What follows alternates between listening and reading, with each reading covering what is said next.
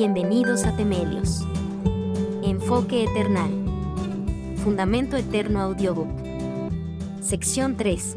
Raíces espirituales de maldad. Parte 1. Contaminación espiritual. Identificando raíces espirituales. Todos tenemos raíces y nuestras vidas están conectadas a ellas. Estas raíces producen frutos. La única cuestión es, ¿de qué clase? Al analizar los frutos, podemos identificar las raíces. ¿Quién ha desarrollado tu sistema de raíces? Solo hay dos posibilidades: Dios o nuestro enemigo espiritual, quien actúa a través de iniquidades, transgresiones y pecados. La Biblia dice en Salmo 51, 1 al 2. Ten piedad de mí, oh Dios, conforme a tu misericordia. Conforme a la multitud de tus piedades borra mis rebeliones. Lávame más y más de mi maldad, y límpiame de mi pecado. ¿Cuál es la diferencia entre transgresión, pecado e iniquidad? La palabra de Dios usa las siguientes tres expresiones en hebreo para distinguir entre rebelión, maldad y pecado: pesá, abón y hatat. Pecado. Hatat. Los pecados son faltas. Cuando fallamos según la palabra de Dios. En muchas ocasiones pecamos con nuestras actitudes, pensamientos negativos, palabras y etc. Nadie es perfecto, y por eso todos los días debemos de postrarnos ante Dios y examinar nuestros corazones, para confesarle a Dios nuestros pecados. ¿Qué importancia tiene confesar nuestros pecados? Confesarle a Dios nuestros pecados es una forma de humillación. Reconocer ante Dios nuestras faltas para que Él nos limpie. Pasar mucho tiempo sin hacer esto se puede convertir en una forma de contaminación espiritual. El pecado nos separa de Dios, el Espíritu Santo se entristece y le arrebatamos a Dios el señorío de nuestras vidas. Reconocer la importancia de esto es vital para poder caminar en victoria. Transgresión o rebelión. Pesá. Rebeliones son transgresiones. Las transgresiones son faltas predeterminadas. Y por ende, tienen un peso espiritual más severo por ser actos intencionales de completa rebelión. Se comete una transgresión cuando se planifica cometer la falta sabiendo las consecuencias. Las transgresiones requieren más allá de confesión, se requiere un cambio total de dirección, lo cual se define como arrepentimiento. Estos no son simples errores. Son actos productos de un corazón en pura rebelión. Iniquidad o maldad. Abón. Salmo 51, 5, dice: He aquí, en maldad he sido formado, y en pecado me concibió mi madre. La maldad es iniquidad. Iniquidad no es algo que solamente puedas confesar, debes ser librado de ella. Es la maldad que predomina en ti, pecados o transgresiones, que repetitivamente te afectan personalmente a ti. Muchas ocasiones, provienen de tu pasado, y hasta pueden ser tendencias familiares. Luego de recibir libertad, necesitas ser sellado con el bautismo del Espíritu Santo, y tener un estilo de vida donde caminas cada día en victoria, para no volver a caer en ellas. La razón principal de las transgresiones es debido a que hemos fracasado en lidiar con esas iniquidades que permanecen en nuestros corazones. Por ejemplo, ansiedad, miedos, enojo excesivo, lujuria, pensamientos impuros, adicciones y etc. Lidiar con tu iniquidad te hará totalmente libre de todas tus transgresiones. Se trata de algo que solo se consigue cuando las arrancamos de raíz y somos sellados con el bautismo del Espíritu Santo. Salmo 32, 5, dice: Mi pecado te declaré, y no encubrí mi iniquidad. Dije: confesaré mis transgresiones a Jehová. Y tú perdonaste la maldad de mi pecado.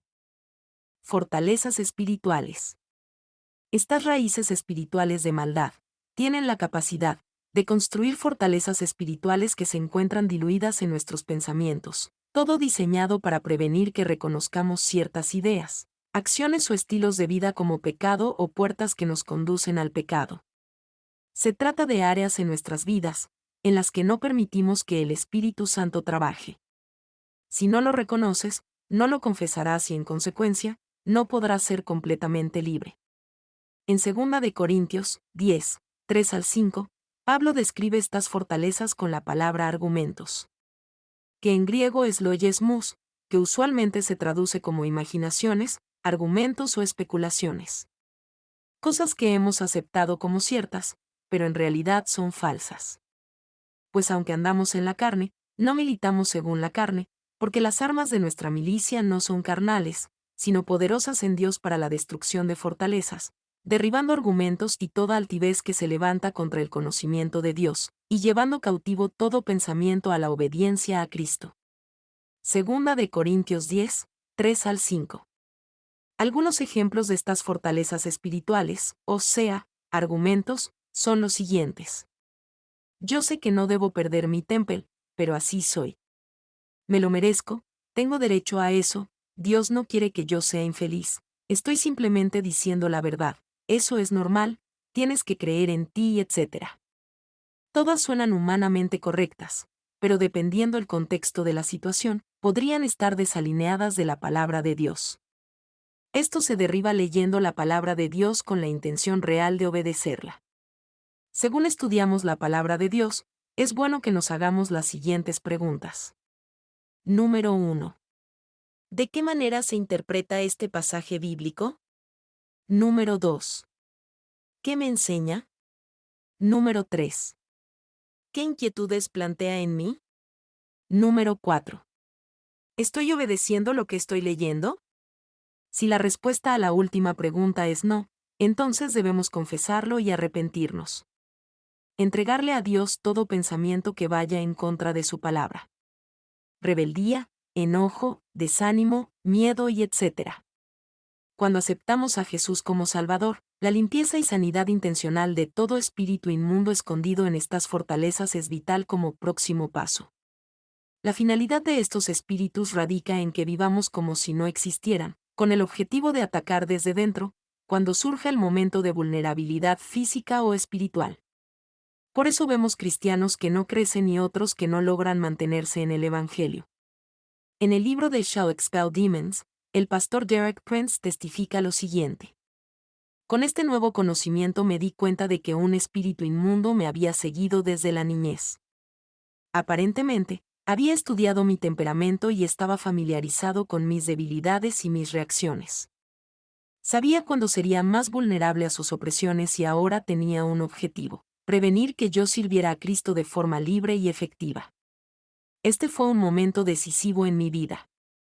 Siempre le había achacado mi depresión y mi actitud negativa a mi personalidad, como algo que tenía que ser parte de mí, porque así fue que nací. Me sentía culpable porque no podía ser un mejor cristiano. Ahora se me hace claro que esta lucha no era parte de mi propia personalidad. Para crecer hay que ser libre. A medida que eres libre, experimentas cómo tu espíritu aborrece el pecado. En libertad, habitamos en el espíritu. De lo contrario, vivimos en la carne y atados a sus deseos. Vivir en el espíritu te llevará a separarte para su reino. No se puede alcanzar esto con fuerzas humanas, esto solo se logra con el Espíritu Santo. Que todos puedan experimentar la verdadera libertad, la libertad que te lleva a aborrecer el pecado. Leamos los siguientes textos bíblicos, para contexto y recordatorio. Mateo 28, 18 al 20, dice.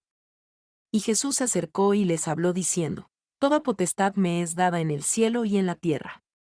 Por tanto, vayan, y haced discípulos a todas las naciones, bautizándolos en el nombre del Padre, y del Hijo, y del Espíritu Santo, enseñándoles que guarden todas las cosas que os he mandado. Y he aquí yo estoy con vosotros todos los días, hasta el fin del mundo. Amén. Juan 8, 31 al 32, dice. Dijo entonces Jesús a los judíos que habían creído en él: Si vosotros permaneciereis en mi palabra, seréis verdaderamente mis discípulos, y conoceréis la verdad, y la verdad os hará libres. La liberación no es el final, sino una etapa esencial, sin la que muchos cristianos nunca podrán vivir completamente libres, y con la autoridad que Jesús quiere que vivamos. Derek Prince. Fuentes de iniquidad que contaminan nuestra vida espiritual. Objetos que representan falsos dioses, brujería, objetos que promueven el mal, símbolos indígenas, ciertas películas, cierta música, objetos o regalos que representan o provengan de relaciones impuras, objetos que se han convertido ídolos en tu vida, cosas cotidianas que convertimos en ídolos, por ejemplo, a qué dedicas la mayor parte de tu tiempo, en qué inviertes tu dinero, de dónde proviene tu felicidad. ¿Qué cosas ocupan tu mente la mayor parte del tiempo, lo que sigues en las redes sociales y etcétera? Hay raíces santas y raíces impuras. Como habíamos mencionado anteriormente, nuestro cuerpo será templo del Espíritu Santo, o será templo de otros espíritus que no son santos, estos son espíritus inmundos. Romanos 11, 16 dice, si la raíz es santa, también lo son las ramas. Así que podemos ver que hay raíces santas y raíces impuras.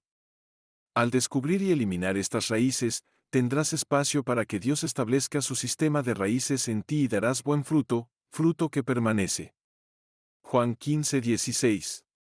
Los espíritus de raíz son espíritus mencionados por nombre en las Escrituras, identificados según sus frutos. Al examinar los síntomas, notarás que los espíritus malignos con los que tratamos surgen de una o más de estas raíces espirituales.